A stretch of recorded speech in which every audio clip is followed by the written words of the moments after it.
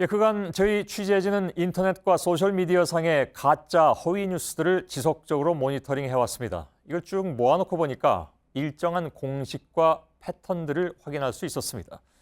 이 문제를 취재 기자와 함께 한 걸음 더 들어가서 살펴볼 텐데요. 가짜 뉴스들을 유형별로 짚어보기도 하겠습니다. 박진규 기자, 예. 하루에도 뭐 한 대여섯 건씩 가짜 뉴스가 이른바 친박 사이트나 이런 데서는 양산이 되고 있다고 해서 아예 이거 가짜 뉴스를 체크해서 바로잡는 코너까지 만들어야 되는 게 아니냐라는 얘기까지 나오고 있습니다. 네. 뭐 단체뿐만 아니라 개인에 대한 허위 뉴스도 지금 뭐 마구 돌아다니고 있는 그런 그렇습니다. 상황이니까요. 예. 어떤 사이트들을 살펴봤습니까? 네, 2월 1일부터 어제까지 2주 동안 친박단체 극우 사이트 게시판 등 모니터링을 해봤습니다. 기사 형태를 띠고 있는 가짜 뉴스 또 일방적인 주장만을 담고 있는 가짜 뉴스들을 추려봤는데 박사모 게시판의 경우에는 하루 평균 4-5건씩 가짜 뉴스들이 게시되고 소비가 됐습니다. 예. 자, 올라온 그런 뉴스들이 어떤 공식처럼 이렇게 유형화되어 있다는 겁니까? 네, 먼저 첫 번째 공식은 외신형입니다. 예. 해외에서 이렇게 보도했다 이런 식인데요. 가장 기본적인 가짜 뉴스 형태라고 볼 수 있습니다. 우선 제목들만 쭉 보겠습니다. 프랑스와 영국의 예측, 세계 유수의 정치 석학들, 일본 유명 연구소 정치학자들 이렇게 외신으로 포장하면 확인이 어렵다는 점을 악용했습니다. 예. 먼저 카드 뉴스 형태를 본딴 걸로 보이는데요. 황교안 대통령 권한대행의 대통령 당선 가능성을 프랑스 언론은 51%, 영국 언론은 48% 이렇게 예측했다는 건데 아무런 근거가 없습니다. 예. 또 다른 기사 2개를 보면 특파원이 작성한 듯한 형식을 띠고 있습니다. 재밌는 건 제일 밑에 보시면 뉴욕에서 강수진 기자, 도쿄에서 박수진 기자 이렇게 돼 있습니다. 예. 더 흥미로운 건 마지막 문장을 모두 근거가 주목된다 이렇게 끝내고 있습니다.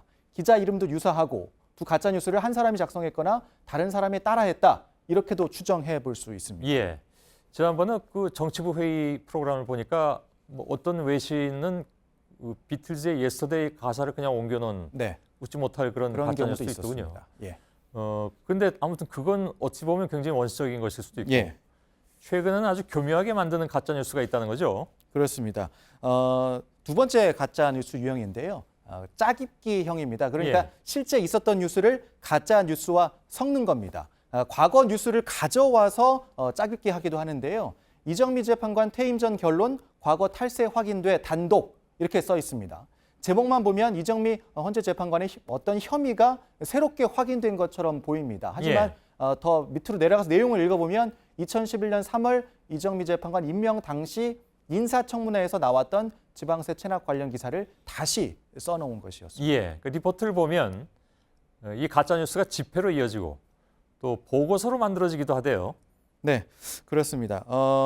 가짜에 가짜가 더해지는 이른바 가지를 쳐가는 가짜뉴스 형태도 늘어나고 있는 겁니다. 앞서 보신 것처럼 친박단체가 디지테코에 몰려가서 항의하게 된 것도 전교조가 쳐들어가기로 했다는 가짜 정보 때문이었습니다. 예. 이 교장이 보수단체에 SOS를 쳤다는 등 근거 없는 내용이 추가되면서 결국 오프라인 맞불 집회로 이어졌습니다. 그리고 JTBC 태블릿 PC 조작설의 경우에도 일부 극우 성향 단체에서 시작된 조작설이 호해판에 이어서 보고서 형태까지로 확산이 되고 있는 겁니다.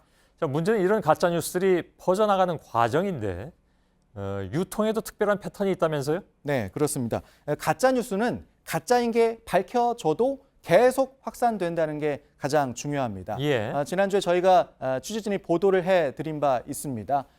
매티스 미국 국방장관이 일본을 방문해서 한국에 문재인 정권이 들어서면 미국은 즉시 주한미군을 철수하고 북한을 공격할 것이다라고 말했다는 가짜 뉴스 예. 아직도 돌고 있는데요. 따져보면 가짜 뉴스 소스가 된 일본 기사가 2월 4일에 올라왔습니다. 이걸 토대로 누군가가 가짜 뉴스로 각색을 해서 2월 5일부터 박사모 카페 등 게시판에 등장을 했고요. 이것이 확산되면서 2월 7일에 한 극우 매체가 기사로 작성을 했습니다. 점점 완벽한 기사 모양을 갖춰가는 형태입니다. 예. 그래서 가짜로 밝혀진 지난 12일에도 한 극우 사이트 게시판에 기사가 올라왔고 여전히 또 댓글만 올라오고 있단 말이죠. 200개가 또 달리기도 했습니다. 댓글도 달리고 네. 뭐 물론 달리겠죠. 네. 지금 뭐 단체 채팅방, 뭐 카톡 이런 것들 이걸 통해서 유통되는 횟수는 뭐 분석조차 하기가 쉽지가 않잖아요, 그죠? 페이스북이나 트위터 같은 경우는 공유된 횟수를 볼 수 있는데 예. 단체 채팅방 같은 경우는 볼 수가 없는 상황입니다. 예, 피해가 뭐 상당히 큰 것으로 알려져 있습니다. 네, 현명한 소비, 이게 필요할 것 같습니다. 그렇습니다. 예, 박진규 기자였습니다.